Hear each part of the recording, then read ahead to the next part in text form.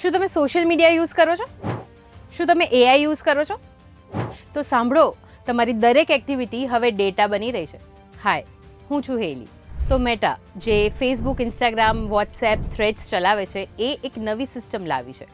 તો બહુ ટેકનિકલ લેંગ્વેજમાં ના જતા તમને એકદમ સિમ્પલ ભાષામાં સમજાવી દઉં તો આપણે જે પણ એઆઈની સાથે હવે વાત કરીશું કે સપોઝ મને હાઇકિંગનો શોખ છે, તો હવે એઆઈ જે છે એ આપણા એ કન્વર્ઝેશનને સ્ટોર કરશે. એના બેઝિસ પર તમે કોઈ પોસ્ટ લાઇક કરેલી છે કે નહીં, કે પછી તમે એ વિશે કંઈ પોસ્ટ કરેલું છે કે નહીં, એ બધું તમારા સોશિયલ મીડિયા પરથી એ જોશે અને પછી તમને એ અકોર્ડિંગ જ એડ્સ બતાવશે. સપોઝ હાઇકિંગ માટે અહીંયા આ કેમ્પેન ચાલી રહ્યું છે, અહીંયા આ હાઇકિંગ માટે થઈ રહ્યું છે, એ પ્રકારની એડ્સ જ તમને બતાવશે. એટલે મેટા તમારા એરિયા ઓફ ઇન્ટરેસ્ટને સમજશે અને એ અકોર્ડિંગ જ તમને એડવર્ટીઝમેન્ટ્સ બતાવશે. હવે મેટાનું આના પર એવું કહેવું છે કે આવું કરવાથી જે યુઝર્સ છે એમને એમના એરિયા ઓફ ઇન્ટરેસ્ટની વસ્તુઓ જોવા મળે, એ પ્રકારની એડવર્ટીઝમેન્ટ્સ જ એમને જોવા મળે, જેથી કરીને એમનો એક્સપિરિયન્સ બેટર થાય.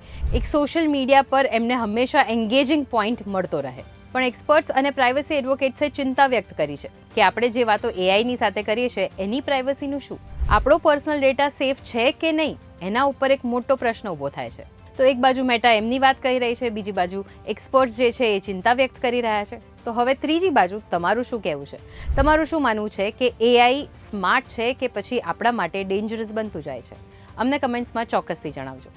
અને આવા જ ઇન્ફોર્મેટિવ ન્યૂઝ માટે ગુજરાત સમાચારના પેજને ફોલો કરવાનું ના ભૂલતા.